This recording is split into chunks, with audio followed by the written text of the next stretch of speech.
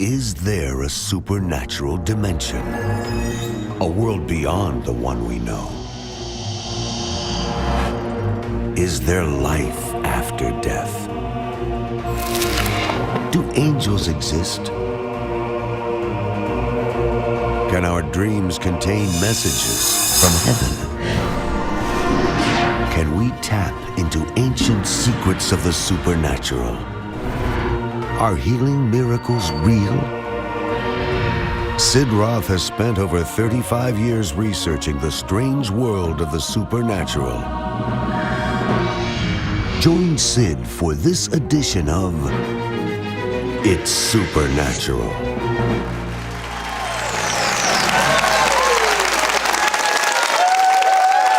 Hello, Sid Roth here.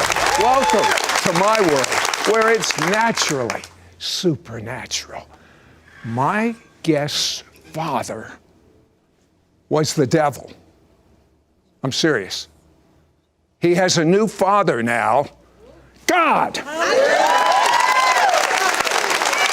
And his passion, based on his former knowledge, is to keep you 3 steps ahead of the devil.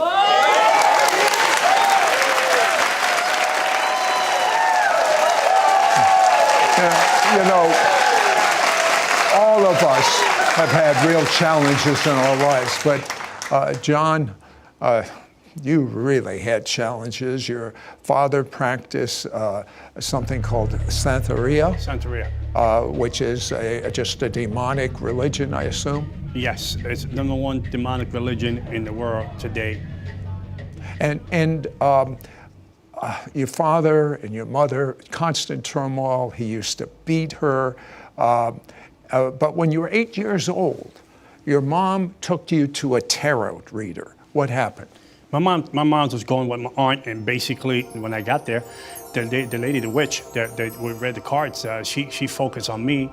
She didn't focus on my mom. She didn't focus on my aunt. She told my mom that she saw in the spirit that I was going to lose my eyesight, that if I didn't get a ceremony done within the next 30 days, I was going to be completely blind.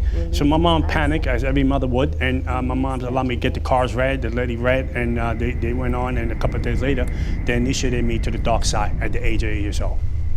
And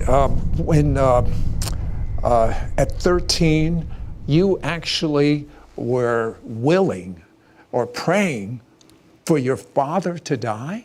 Yes, yeah. I remember I have 2 other brothers, and we would stay up all night. He beat my mother all night long. So he'll beat my mother all night long. So we'll be in the room. Sometimes we run out the room to try to help my moms from him beating her, and he would throw us around, and then we'll go back into the room. And so one day I sat in the bed and started to pray. I was just praying. I wasn't even praying to God. I was just praying, saying, I hope he dies. I hope he dies. I hope someone kills him.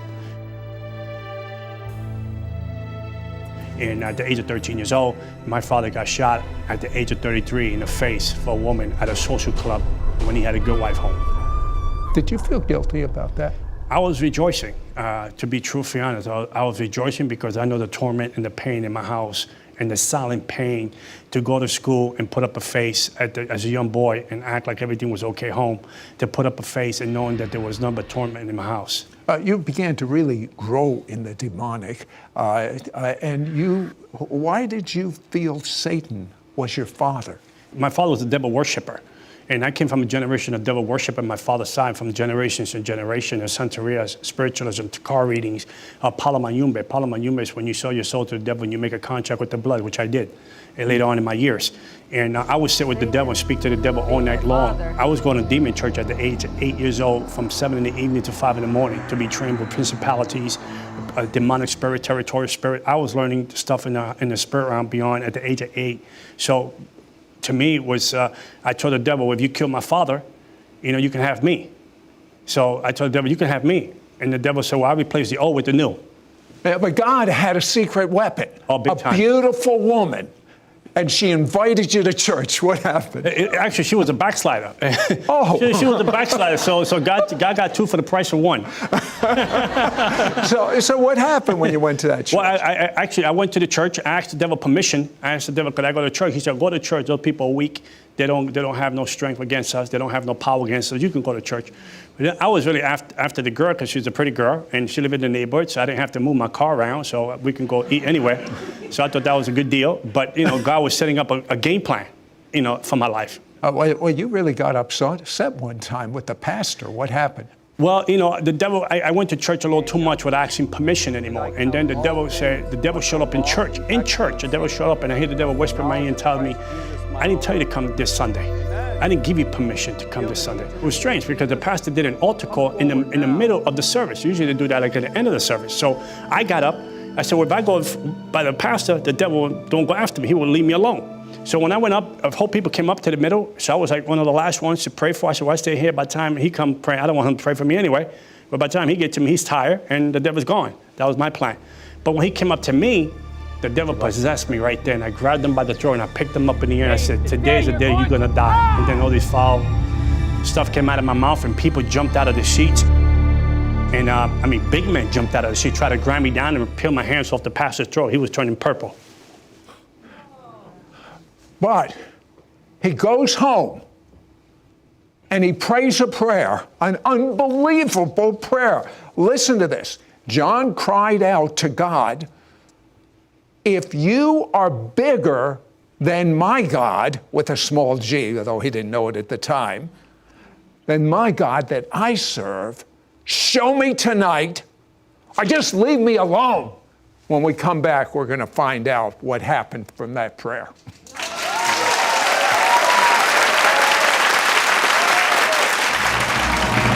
We'll be right back to It's Supernatural.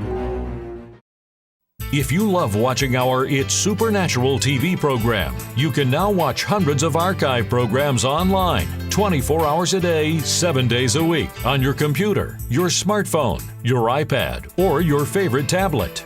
ISN will be the vehicle to equip you to being normal.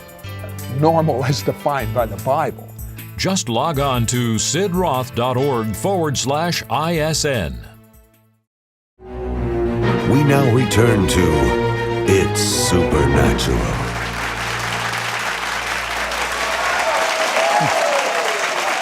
Well, I'm here with John Ramirez, and John, his whole life was devoted to his father, the devil. He literally had that relationship with the devil.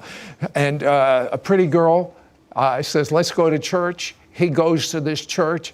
He almost kills the pastor. The devil just had total control over him. He goes home and he cries out to God, if you are bigger than the God I serve, show me, or just leave me alone. After you prayed that prayer, what happened? I just sat on the bed. It was just something that just came out. It wasn't even planned. And because I really didn't want to be a Christian. I thought Christianity was not for me. It was just something that it was my taste, my cup of tea. My thing was devil worshiping, recruiting people, running regions, putting spells on people, making a lot of money doing that. But I went into this deep sleep, like an anesthesia sleep. And I ended up in this train that was going faster than anything you can imagine. And the train was filled with people. But the people, you couldn't see their faces because their faces were blank. And when the train crashed and hit, open up the doors, and I ended up in hell. And when I ended up in hell, now you say that you had this dream, but you also told me earlier that it really was a real experience. It was a real experience. This was more real than the oxygen I breathe, Sid. This was more real than the oxygen I breathe. There was no way for me to leave 25 years of devil worshiping. I had $100,000 witchcraft stuff in my house for a guy named Jesus that I never seen in my life. So you find yourself in hell. I find myself in hell. I'm running to the portals of hell, trying to find a way out, a window, a door. And then, first of all, this fear grips on you like a garment, and it grips on you. And then you hear wailing, and you hear so much thing going on at the same time. You're so desperate, you want to get out. And then when I'm trying to get out, the devil shows up in hell and tells me, I'm going to keep you here. You know too much about the occult. You know too much. I've given you too much rank, too much secrets. I need to destroy you. So as he's saying that, he's going to launch at me. As he's launching towards me, this cross appeared in hell. And I put it on him. And he fell out like a toddler. So I got back up and I ran. And then he tells me, somewhere down the deeper part of hell, he shows up again. He said, I'm going to destroy you. So here I am talking with him in demonic tongues. Because the devil copies everything from the kingdom of Jesus Christ. He can't create anything. He can't create a thing. He's a counterfeit. He's a counterfeit, bootleg, and a copycat. For real. So here I am, and here I am there. He comes out again, and then I told him, I'm going to destroy you, I told him. And I showed him the marks that I saw myself. He said, oh, you're a fool. I give you those marks. I own you. Again, he went to grab me for the last time. The cross of Jesus Christ appeared. And he fell. I mean, he actually fell on the foot of the cross. He just fell down on the foot of the cross like he was worshiping. He fell down like nothing. I woke up out of a dream. It's like when you're in ICU and you hit those things on your chest to bring you back to life. That's what happened to me. It was something hit me. I came back into life, and I knew that night that Yeshua was the truth, the way, and the life. And I bent my knee. So, you tell me that you now have a new father. Who's your father? I have a father that I can't even describe. Here has to be revealed. That's how awesome he is. The days, everything of my tormenting days, the days of my father. There's one thing that I asked John off the air. I said, John, you went through a lot of stuff. I mean, if you could get free from the devil, anyone could get free. But aren't you fearful today? What did you say to me? The only fear I carry in my heart for life, because I'm doing a life sentence with Jesus Christ and I want no parole. So the only one I fear is God, is Yeshua, the Messiah. This is the only person I fear. I fear no devil, I fear no witch, I fear no voodoo, I fear no witchcraft, I fear no man, but the man, Jesus Christ. You know,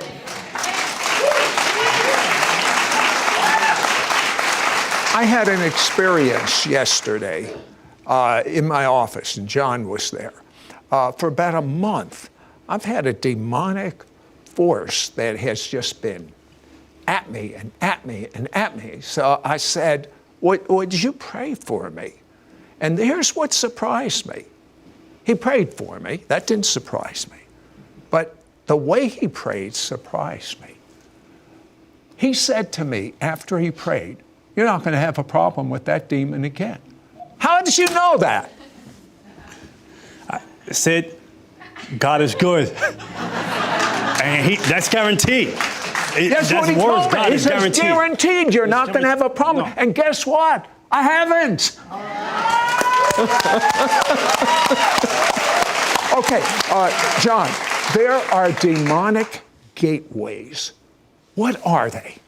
The gateways are your mouth, your ear gate, your mouth gate, your eye gate, stuff you watch on television, the videos you play. Can someone watching a wrong movie or something wrong on TV actually have a gateway to the demonic? Oh, absolutely, Sid, because you got to remember the devil will put something on TV so he can anesthetize your mind. And if you can anesthetize the person's mind and then the person don't have the mind of Christ anymore, now you're more addicted to the stuff on TV than going home and spending time with God. So now I stole your prayer closet.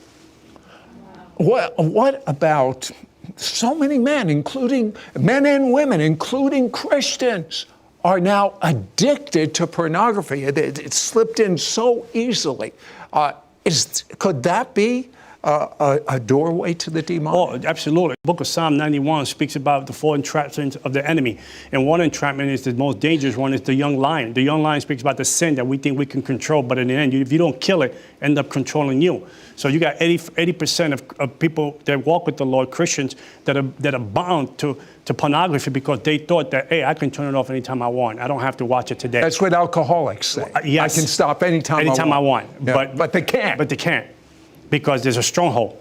And there's a demon attached to that stronghold. And if you don't break the legal rights and renounce it, you will never be free. Are you telling me that you could pray a prayer as strongly as you prayed in my office yesterday, and they could be free? They can be free. I prayed for the gentleman in Japan over the phone, and he was manifesting. I mean, stuff was coming out of this man, and he turned around and he sent me a letter. He said, thank you, because Yeshua set me free.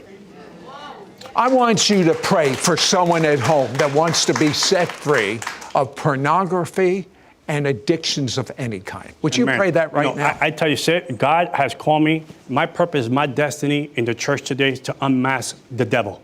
And then once I unmask the devil for you, you will see how small he is and how great is your God.